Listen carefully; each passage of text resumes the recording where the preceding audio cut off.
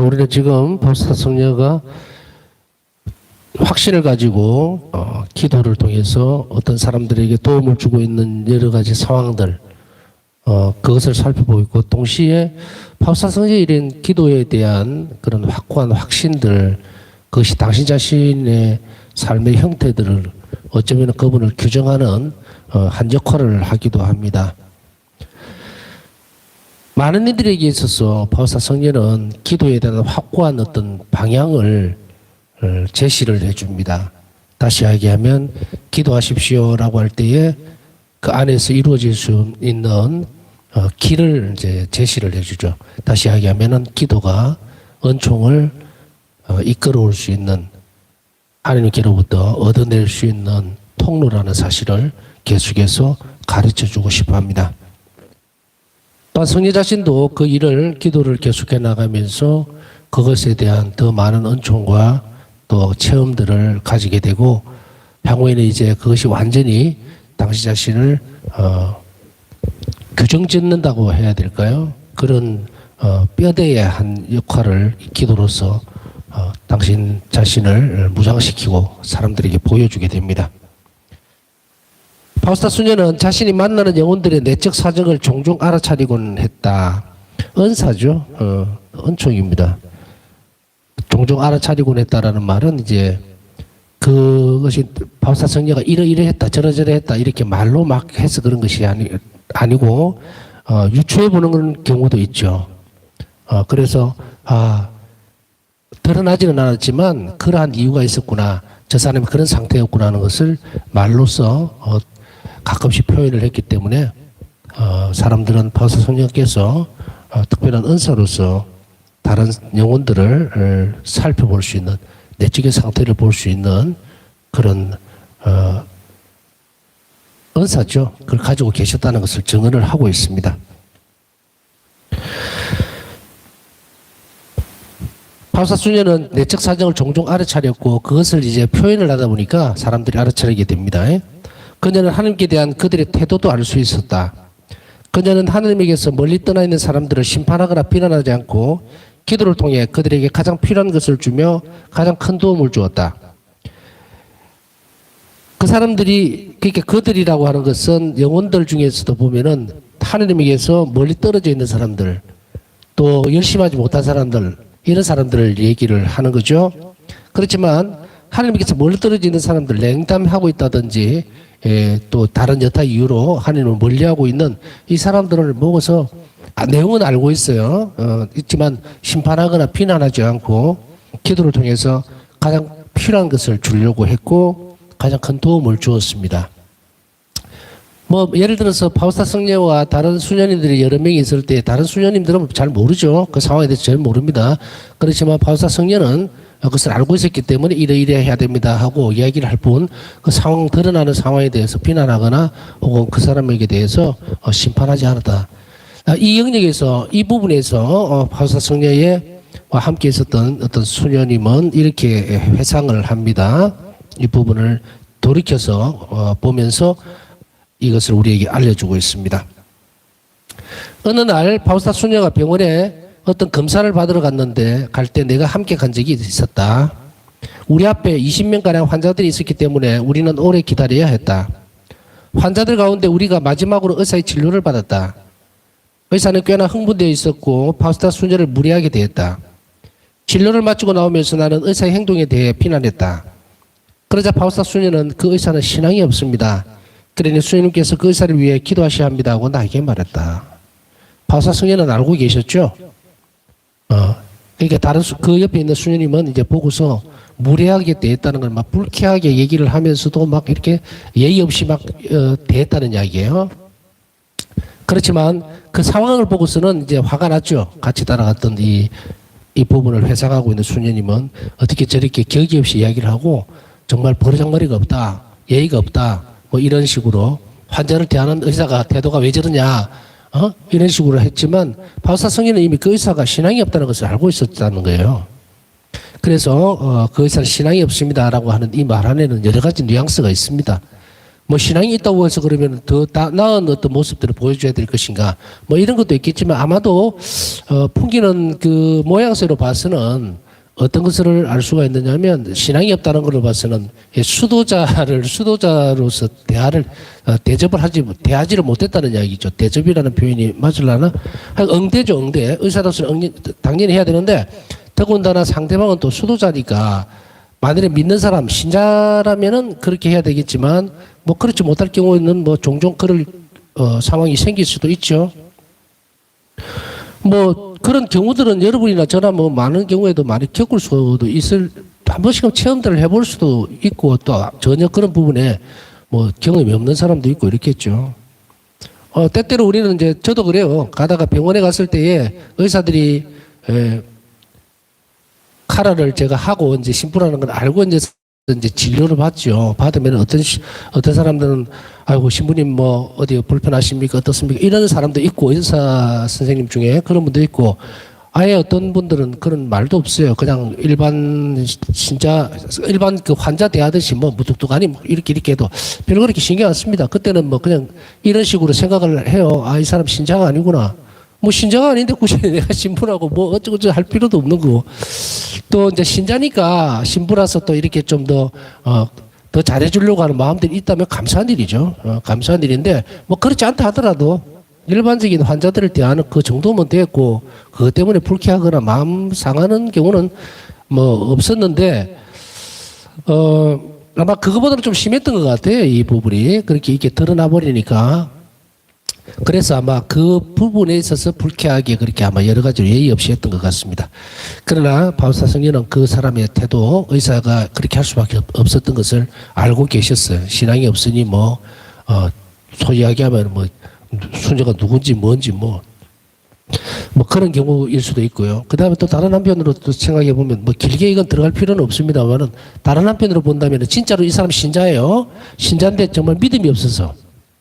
믿음이 없는 그 부분을, 그러니까 뭐 진료를 하고 이런 과정보다도 그냥 맞닥뜨렸을 때 그 사람에게서 드러나는 어떤, 신앙이 없음에 대해서 바우사 성녀가 알 수도 있었다는 거죠. 왜냐면은 이 폴란드라는 나라 자체를 생각해 본다면, 신앙으로, 뭉쳐져 있는 곳이죠. 그래서 적어도 가톨릭 교회의 영향을 누구보다도 많이 받았던 동유럽이거든요. 그래서 아마도 폴란드는 가톨릭 교회에 대해서 신자들도 많고 그 신앙도 굉장히 깊었던 그런 곳인데 그렇게 미루어 본다면 이 의사도 아마 신자였지 않을까라는 생각을 해봅니다. 하여튼 여러 가지 이유로 이렇게 하지만 그러나 필요한 것은 비난이 아니고 그 사람을 위해서 그 영혼을 위해서 기도해 주세요라고 한 거죠. 신앙이 없음을 알아차렸죠. 바우사 성녀는. 그래서 그 의사의 처지에 뭐 오늘 있었던 진료에 있었던 그런 부분을 훨씬 뛰어넘어서 그 영혼이 불쌍하다는 것을 알아차리고 예수님에게 그 사람에 대한 부분들을 옹호하기보다는 그 영혼이 불쌍하다는 것을 얘기하면서 이제 신앙을 되찾을 수 있도록 그렇게 기도해 주셔야 합니다 하고 얘기했던 그 부분을 회상을 하고 있습니다.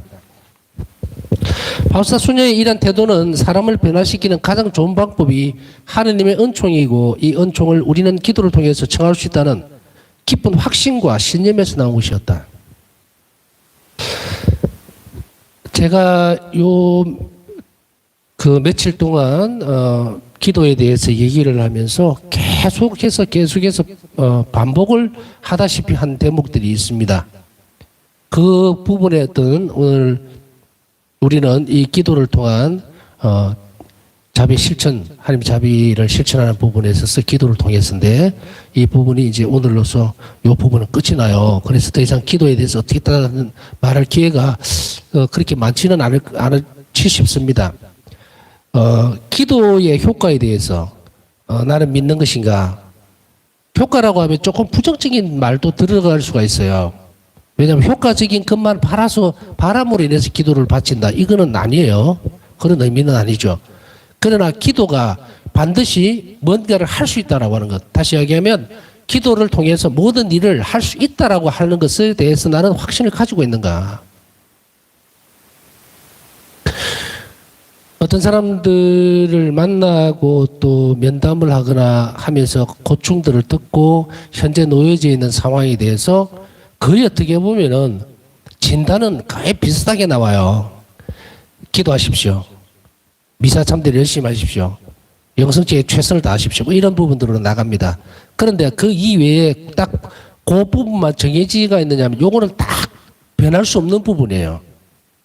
그런데 이것을 하기 위해서 사람들에게 다른 몇 가지를 여러 가지 방향에서 제시를 해주는 것이 있을 뿐 결국은 이쪽으로 가야 되는데 이 사람에게 예를 들어서 A라는 사람이 면담을 하러 와서 이런 상황이 놓여져 있을 때는 기도를 하십시오. 그것을 통해서 주님께서 분명히 이 일을 해 주실 것입니다 라고 하는 것 또 필요하다면 미사를 통해서 청하십시오. 이런 것들이 있어요.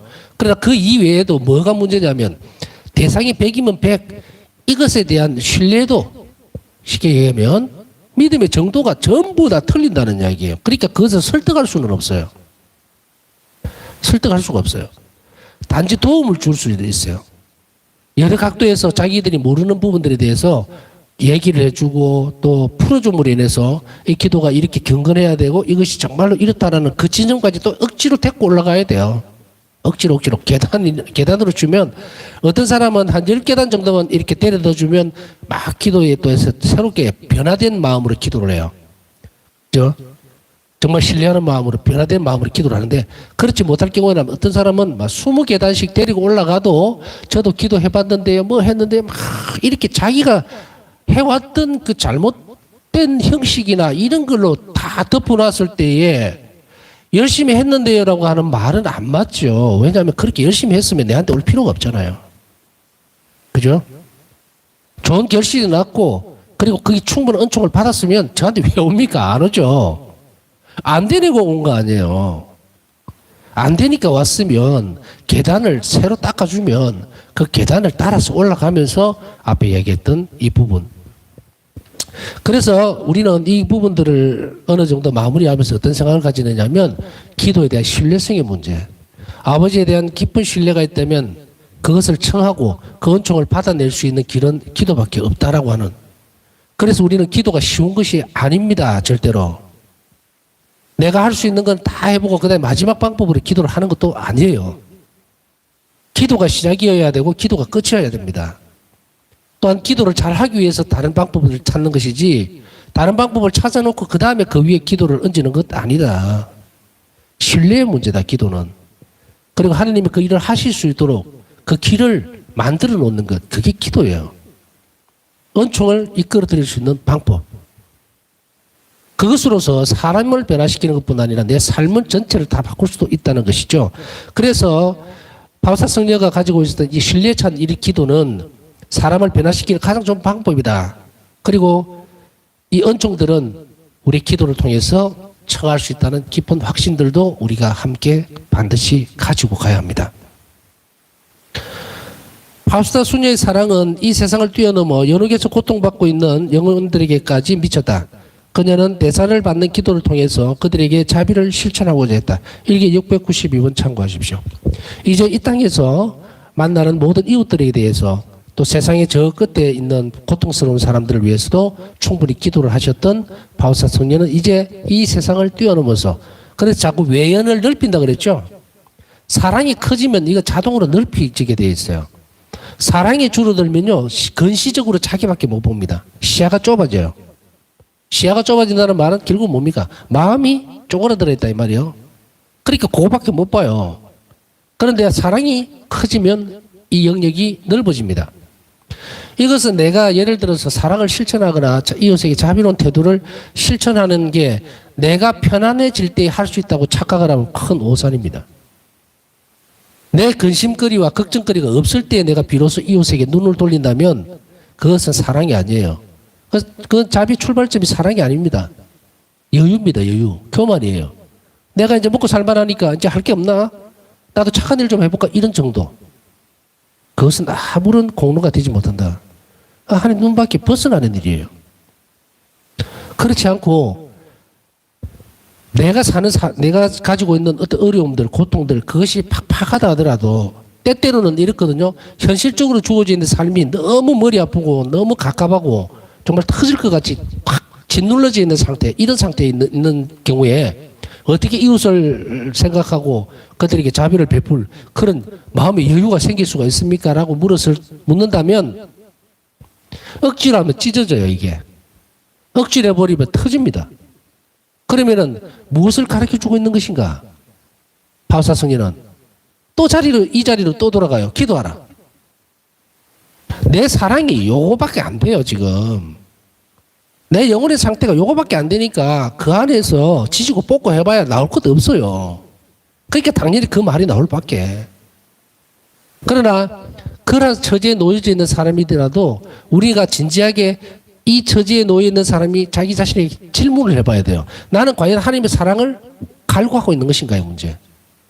더 많이 사랑을 받았으면 좋겠느냐의 근본적인 문제에서 예라고 하는 대답이 나온다면 그러면 주님께 가서 이걸 넓혀달라고 해야 돼요.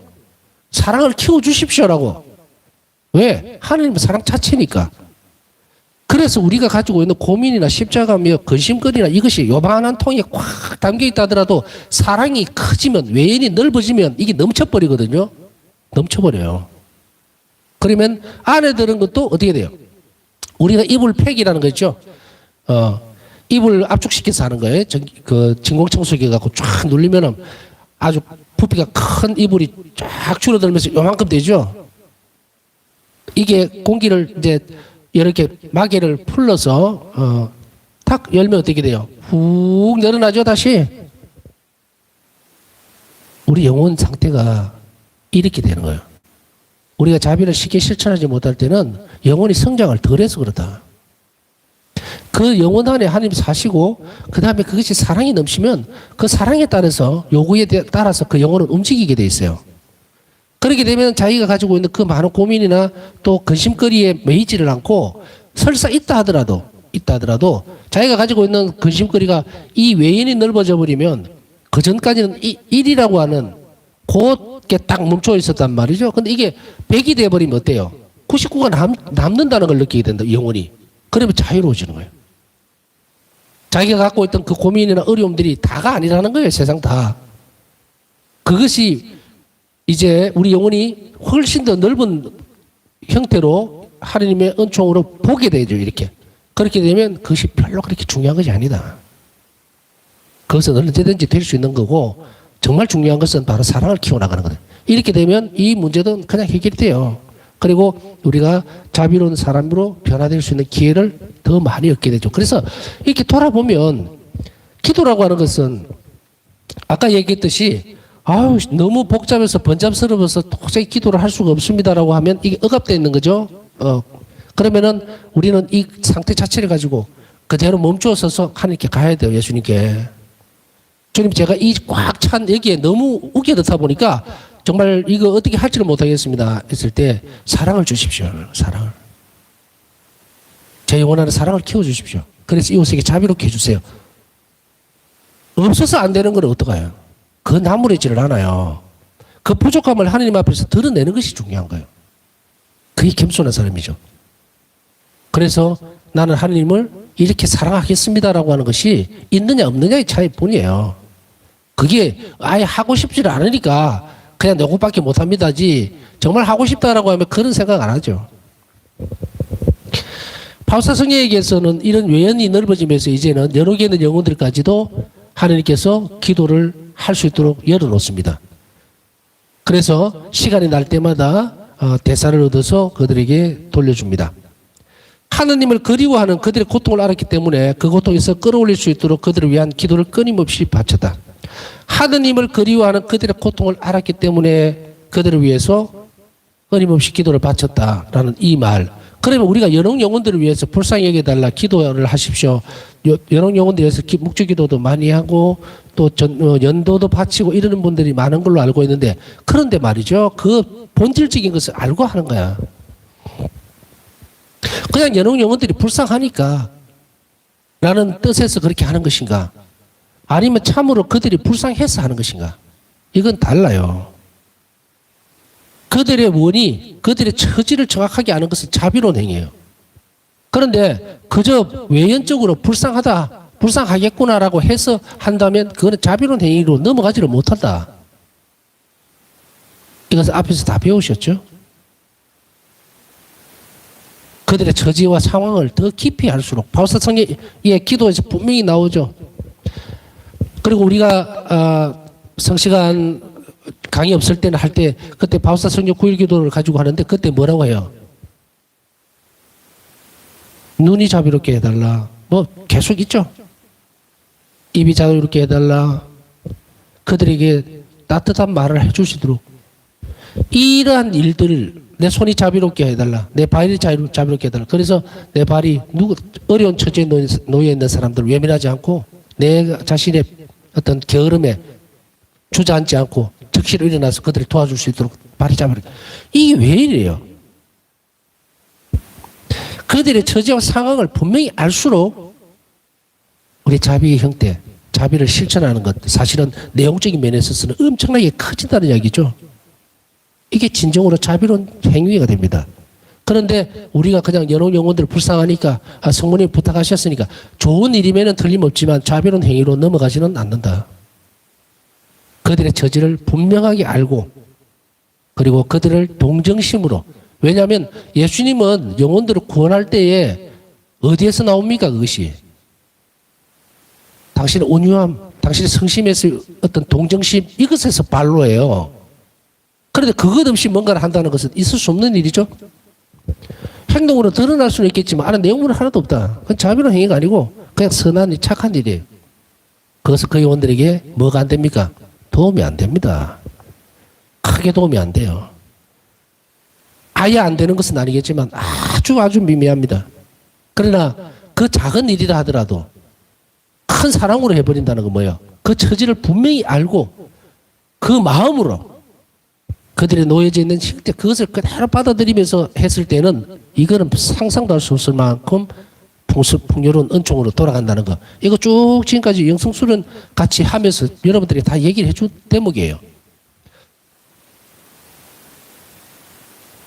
그래서 보면은 하느님을 그리워하는 그들의 고통이라는 이 말이 나와요. 우리가 연옥 영혼들을 위해서 기도를 해준다고 했을 때 그러면 질문을 한번 거꾸로 한번 해볼까요? 여러분들은 하느님을 그리워합니까? 매 순간 얼마나 그리워합니까? 정말 가고 싶어요? 정말 천국에 가고 싶냐고? 정말 예수님 만나고 싶냐고? 그 그리움들. 우리가 아무 이런 그 감정들을 한 번도 안 느끼고 지내본 적은 없을 수도 있어요.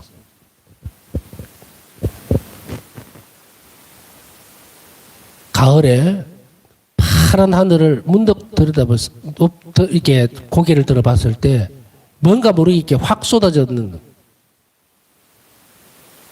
그립다라고 하는 이 단어를 모르는 사람은 없을 거거든요.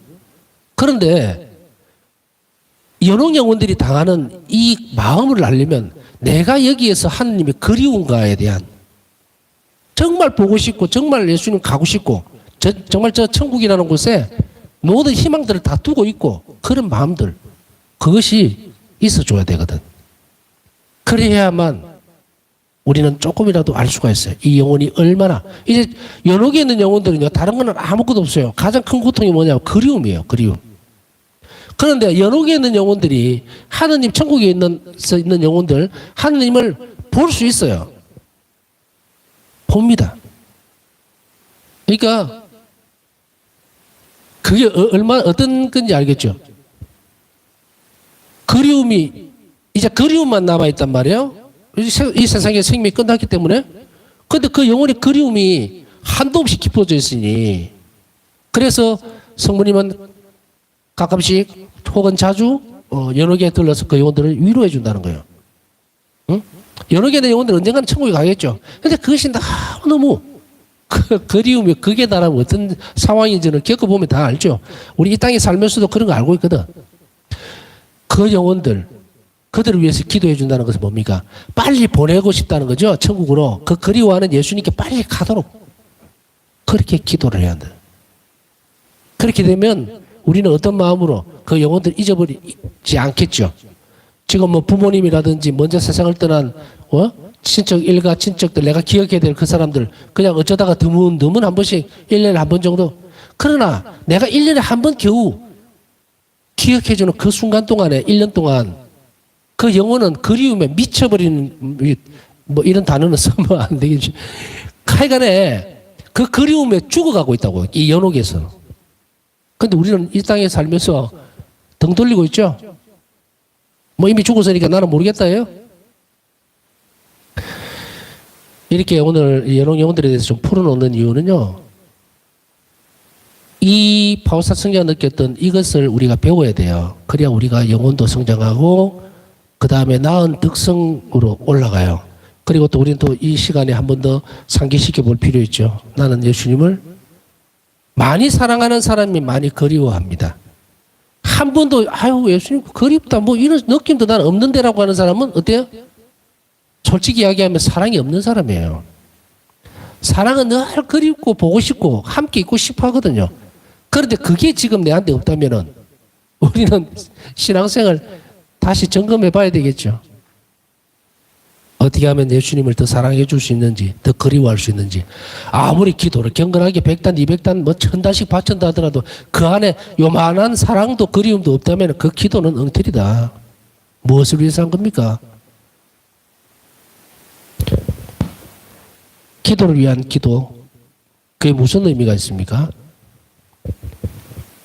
기도는 그리워하는 예수님을 함께 있고 싶어하는 동작일 텐데 마음가짐일 텐데 내적인 태도일 텐데 그렇게 열심히 하면서 하나님께 대해 사랑이 커지지 있지 않다면 또 하나님께 대한 사랑이 커졌다면 그 사랑은 어디로 가야 됩니까? 이웃으로 가야 돼요. 그러면 다른 사람들 다 압니다. 그 사람 대해서. 그런데 보면 이상하게도 안 맞다 이거예요. 그들을 위한 기도를 끊임없이 바쳤습니다. 기도를 통해 자비를 실천함으로써 바울사 수녀는 성령한 바울의 이세 교황께서 온 교회에 맡기셨던 위대한 사명을 하느님 안에 숨어서 드러나지 않는 방법으로 자신의 삶으로 살았습니다. 바울의 이세 교황께서 온 교회에 맡기셨던 위대한 사명이 뭡니까? 늘 자비로우십시오죠. 자비로우신 하느님을 닮아서 우리는 교회는 자비로워야 합니다. 이 사명을 하나님 안에서 숨어서 드러내지 않고 실천했던 당신의 방법으로 자신의 삶으로 살았습니다. 그렇기 때문에 어떻게 됩니까? 이것은 우리가 살아내야 되는 삶의 모범임에서 교과서다. 그래서 우리가 이분의 삶을 영성을 살아내야 됩니다. 구약시대 예언자들이 그랬듯이 이 시대의 모세처럼 바울사 수녀는 자신의 손을 하나님께 들어올려 온 인류를 위해 자비를 청하는 탄원 기도를 바쳤다. 그녀는 영혼들의 마음을 변화시켜 하나님께 다가가도록 했으며 자신의 믿음과 예수님 앞에서 드리는 전구로서 영혼들이 아버지의 집으로 돌아오도록 도와주었다. 어떻게 보면 얼마나 참 가슴이 떨리는 사명입니까? 영혼들이 아버지 집으로 돌아오도록 도와줄 수 있도록 우리를 허락해 주고 있는 것. 우리에게 요청하고 있는 것, 그 거대한 선물. 내가 삶은, 이 땅의 삶은 여러 가지로 보잘것없이 보일 수도 있고, 뭐, 그렇죠. 내 삶이. 그러나 가장 위대한 것은 하느님께서 나에게 이런 소명을 주고 있다는 것, 내 손을 빌리고 싶어 한다는 것, 내 몸을, 내 생활을, 내 삶을 요구하고 있는 것, 이 얼마나 참 가슴 떨리고 살 떨리면서도 내가 뭔데 하나님이 이렇게 부르셨나? 한번 깊이 있게 묵상해 볼 만하죠. 내는 내 존재 가치에 대해서 내 마음대로 생각해 버릴 수도 있지만 그러나 이 순간 하나님께서 이것을 우리가 나눔을 해서 이렇게 요청하고 있는 것. 영혼들을 도와다오. 나를 도와다오. 나를 도와서 영혼들을 구하는데 너희들이 필요하다. 네가 필요하다. 이래 했을 때에 내가 과연 뭐라고? 예수님이 나에게 이런 소명을, 이런 부탁을 하시는가? 우리가 벗은 발로 뛰어나가서 모든 일을 해야 되지 않겠느냐? 그런 생각 드시죠? 세상은 기도하는 사람들에 의해 바뀌고 우리는 언제나 이웃을 위해 기도하며 자비를 실천해야 한다고 그녀는 자신의 기도를 통해 우리를 가르치고 있습니다. 바울사 성녀는 분명하게 단언하죠. 세상은 기도하는 사람들에 의해서 바뀌고 또한 우리는 언제나 이웃을 위해 기도하면서도 자비를 매번 실천해야 한다고 바울사도는 자신의 기도를 통해서 우리를 가르칩니다. 기도 안에서 우리가 그렇게 살아갈 수 있도록 바울사도는 끊임없이 지금도 예수님 곁에서 그렇게 살려고 하는 우리들 또 그러한 사람들을 위해서 전구하고 있다는 사실을 우리는 한 번 더 감사하게 생각하고, 그리고 뭐 쉽게 얘기하면 뭐 세상 속에 살면서 수죽어서 살 필요가 전혀 없다. 이 위대한 성인이 내가 그렇게 살기만 한다면 나를 충분히 도와줄 것이고, 그리고 예수님 앞에 나를 변해 줄 것이라는 것, 이것이 얼마나 행복한 것이 보장되어 있는가, 그것을 다시 생각하고 감사드리면서 우리는 이 시간 동안 남은 시간 묵상하면서 우리에게 그런 귀한 선물 그리고 그런 길을 또 삶을 살아갈 수 있도록 허락해 주시며 감사드리면서 오늘은 이제 기도에 대한 부분이 끝났거든요. 그래서 이 시간 열심히 기도하고 늘 마음으로 온 마음을 다해서 이웃을 위해서 또 영혼들의 구원을 위해서 기도할 수 있는 은총을 주십사 하면서 남은 시간 묵상하도록 하겠습니다.